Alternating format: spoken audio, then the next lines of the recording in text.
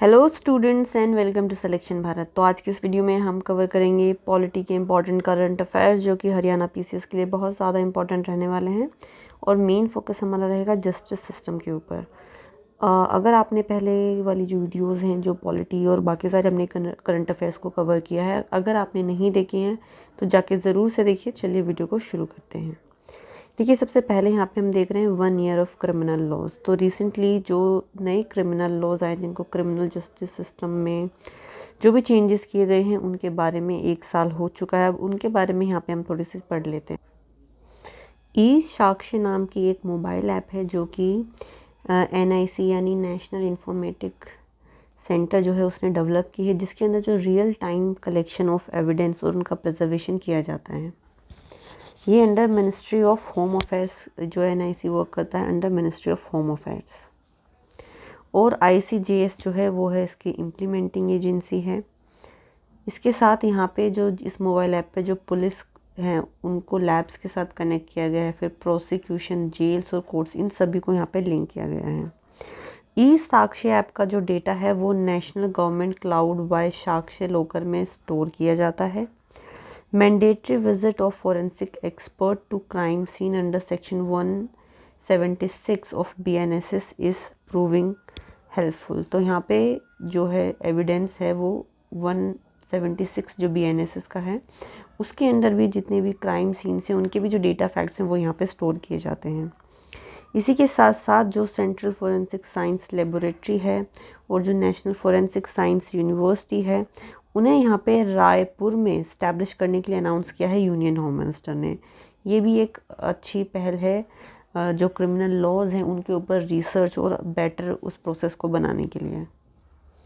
Next जो important news है वो है UAPA बिल के बारे में। दैट इज़ कि दिल्ली की जो हाई कोर्ट है उन्होंने उमर खालिद को फिर से बेल देने से मना कर दिया। और कोर्ट का ये कहना था कि 5 साल से सिर्फ कस्टडी में है इंसान तो वो कोई सफिशिएंट ग्राउंड नहीं है कि हम उसे बेल ग्रांट कर देंगे, क्योंकि जो UAPA का सेक्शन 43D5 है वो एक बहुत ही ज़्यादा रीज़नेबल ग्राउंड यहाँ पे प्रोवाइड करता है कि कोई भी एक्ट जिस पे इस तरह के एलिगेशंस लगे हैं UAPA के अंडर उसे हम यहाँ पे रिलीज़ नहीं कर सकते हैं।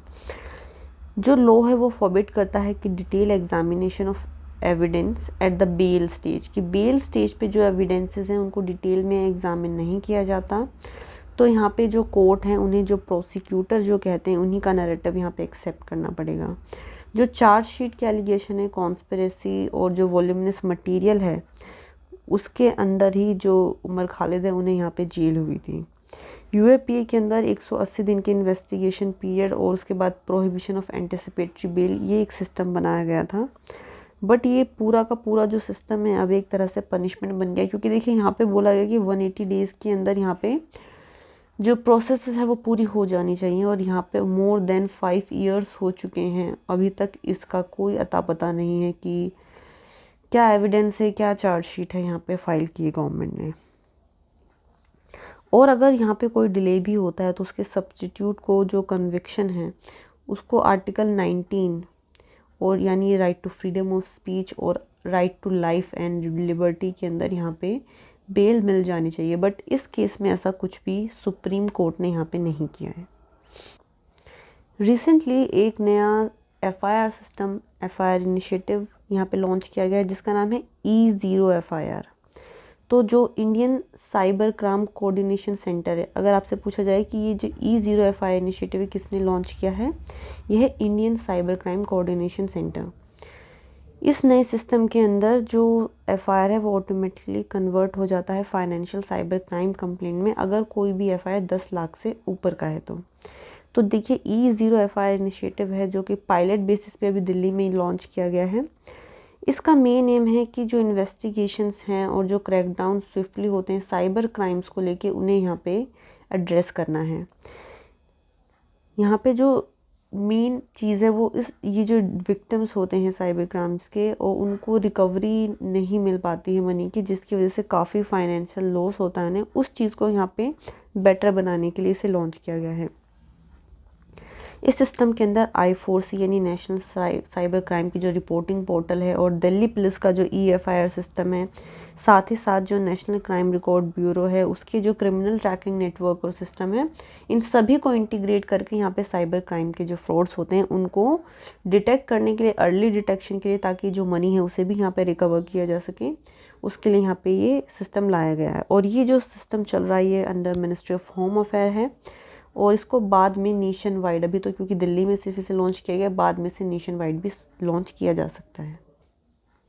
Ministry of home affair recently एक स्कीम लेकर आई है कि to support to poor prisoner scheme. Union ने यहाँ पे ये कंसर्न दिखाया है कि जो स्टेट और यूनियन टेरिटरीज़ हैं वो अपने फंड्स को सही से एलोकेट नहीं कर रही हैं, उन्हें यूटिलाइज़ नहीं कर रही हैं। यहाँ पे जो नई स्कीम लेके आई गई है उसका मेन एम है कि जो पुअर प्रिजनर्स हैं उन्हें यहाँ पे थोड़ा रिलीफ मिले, जो बेल नहीं ले पाते हैं उन्हें रिलीज़ किया जाए ड्यू टू सिर्फ फाइनेंशियल कंस्ट्रेंट। इसके अलावा कुछ SOPs यहाँ पे बनाए गए हैं कि जो अंडर ट्रायल प्रिजनर्स हैं जो रिलीज़ नहीं हुए अभी तक, उन्हें बेल यहाँ पे मिल सके, और जो जेल अथॉरिटीज़ हैं उन्हें भी फिर इन्फॉर्म, जब यहाँ पे बेल दी जाएगी तो उन्हें जेल अथॉरिटीज़ को यहाँ पे इन्फॉर्म करना होगा। और जो डिस्ट्रिक्ट लीगल सर्विस अथॉरिटी है वो यहाँ पे चेक रखेगी प्रिजनर्स के ऊपर कि वो कोई जो फाइनेंशियल श्योरिटी है उसके आगे के जितने भी केसेस, जो डिस्ट्रिक्ट लेवल एम्पावर्ड कमेटी है जिसे कि एक डिस्ट्रिक्ट कलेक्टर यहाँ पे चेयर करते हैं, उन्हें हर 2 to 3 वीक्स में इन सारे जो फंड्स हैं कि इनका सही यूटिलाइजेशन हो रहा है या नहीं, इसको यहाँ पे रिव्यू करना पड़ेगा। आफ्टर एग्जामिनिंग केसेस, जो एम्पावर्ड कमेटी है उसने रेकमेंड किया कि कम से कम 40,000 पर केस यहाँ पे हम ये जो नई स्कीम लाई है इसके अंदर पर पर्सन दिया जाना चाहिए। अगर आपको ये वीडियो पसंद आई है तो इसे लाइक कीजिए, ज़्यादा से ज़्यादा से अपने दोस्तों के साथ भी शेयर कीजिए, और अगर आपने अभी तक हमारे चैनल को सब्सक्राइब नहीं किया है तो ज़रूर से कर लीजिए। और आने वाले टाइम में ऐसी वीडियो आपके लिए लाते रहेंगे, तो बने रहिए हमारे चैनल के साथ।